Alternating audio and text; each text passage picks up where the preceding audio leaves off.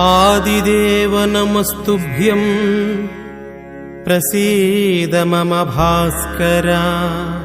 दिवाकर नमस्तुभ्यं प्रभाकर नमोऽस्तुते सप्ताश्वरथमारूढं प्रचण्डं कश्यपात्मजं श्वेतपद्मधरं देवं तं सूर्यं प्रणमाम्यहम् लोहितं रथमारूढं सर्वलोकपितामहं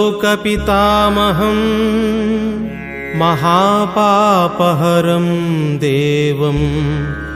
तं सूर्यं प्रणमाम्यहम् त्रैगुण्यं च महासूरं ब्रह्मविष्णुमहेश्वरं महापापहरं देवं तं सूर्यं प्रणमाम्यहम् बृंहितं तेजसां पुञ्जं वायुराकाशमेव च प्रभुस्त्वं सर्वलोकानां तं सूर्यं प्रणमाम्यहम् बन्धूकपुष्पसङ्काशं हारकुण्डलभूषितम् एकचक्रधरं देवं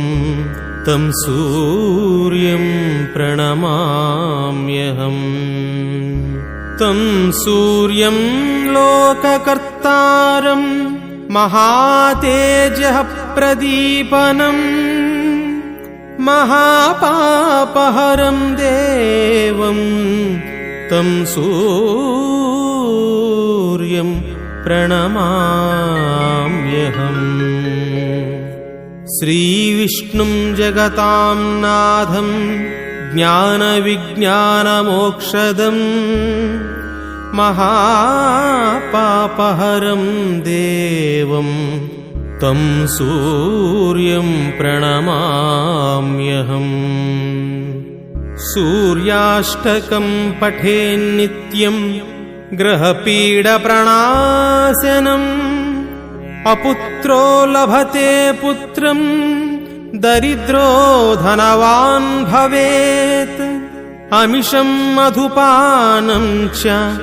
यः करोति रवेद्धिने सप्तजन्म भवेद्रोगी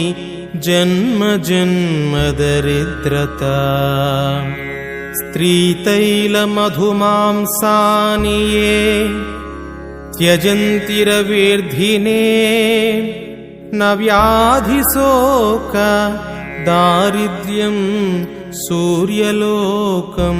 स गच्छति।